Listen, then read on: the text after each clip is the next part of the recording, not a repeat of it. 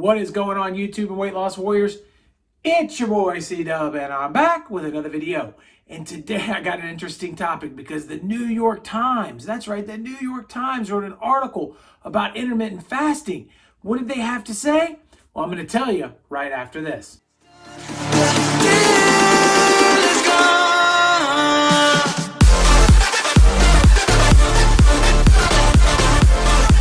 What is going on? My name is C-Dub, and if you're new to this channel, I lost 125 pounds eating just one meal a day, or OMAD, and I'd like to welcome you. I started this channel to hook you up with tips, tricks, knowledge, and ideas that I've learned in my journey to help you out on your journey. And to my weight loss warriors, my subscribers, the people that watch all of my videos, thank you so much from the bottom of my heart for helping me grow a community that is allowing me to reach out and help save people's lives. I could not be more grateful to each and every one of you. And today's topic's a cool one because the New York Times posted an article. It is written by Jane E. Brody, and she has been doing articles for the New York Times under the health category since 1976.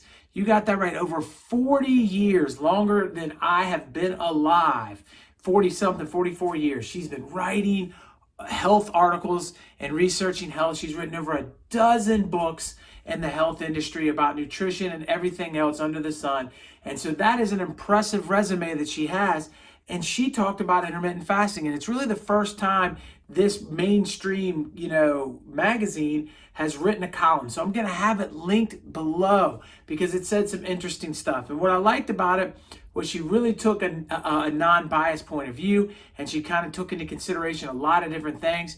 She talked a lot about the science that they've done and the science testing that is happening inside of animals, which is super cool and nice of her to reach out and really pay attention to all that stuff. And I was overly impressed in a way with the simple fact that she didn't just attack it. And this is somebody that's obviously been in the health industry for 40 years.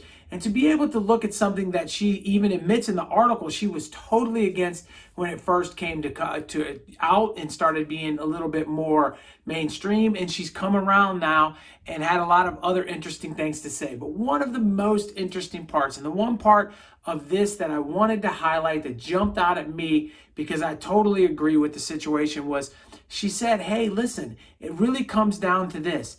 Do you think your ancestors ate 3 meals a day and snacked in between? And she said, if you do, you're sadly mistaken. And to think that because now we've been accustomed to that for so long that it's unhealthy if we don't do that is a little bit absurd. And that is something that I have driven home to every naysayer that I sit down with and I have a conversation about intermittent fasting. I start to tell them, hey, listen, this is what I'm doing. They start to naysay it. And one of the first things I want to bring up is the fact that, hey, what do you think we've done since the beginning of time? We could not possibly have eaten the way we eat now if we were out hunting all day. And then to think if we had one part of the family out hunting all day and another part was taking care of the camps and the kids and all of those things, there's no possible way that they could eat while they're doing all that, with the exception of maybe some berries or something they picked along the way. The bottom line is they did not evolve to eat that way. And by they, I mean us. Human beings have not just had access to food the way that we have it today. And that's a realization that we need to come to across the board in this country and in this world, is that we need to sit back and understand that, hey, what we are literally doing by eating all the time is we are creating an obesity epidemic that is not reversible, and that we are in big trouble as long as we continue down this path. And if you think about it, it's not even the fact that we're eating all of the time.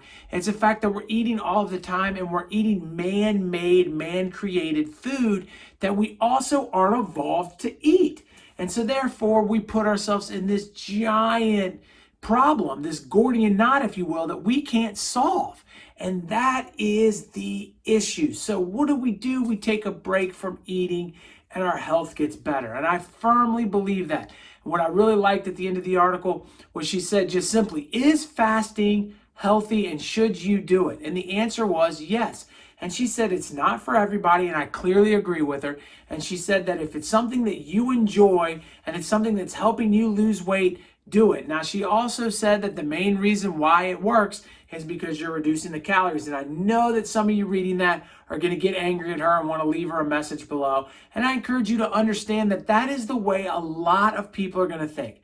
They're not going to take the hormones into consideration. And if you're an advocate believer of the hormones, anyone that doesn't take the hormones into consideration, you're ready to attack.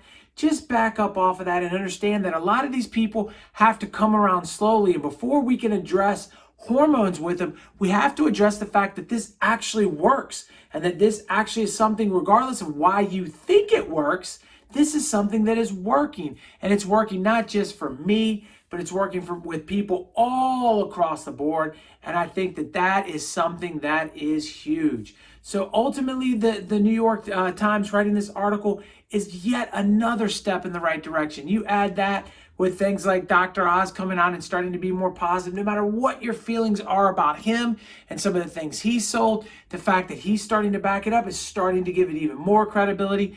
And I think down the line, you're going to be able to see these things start popping up.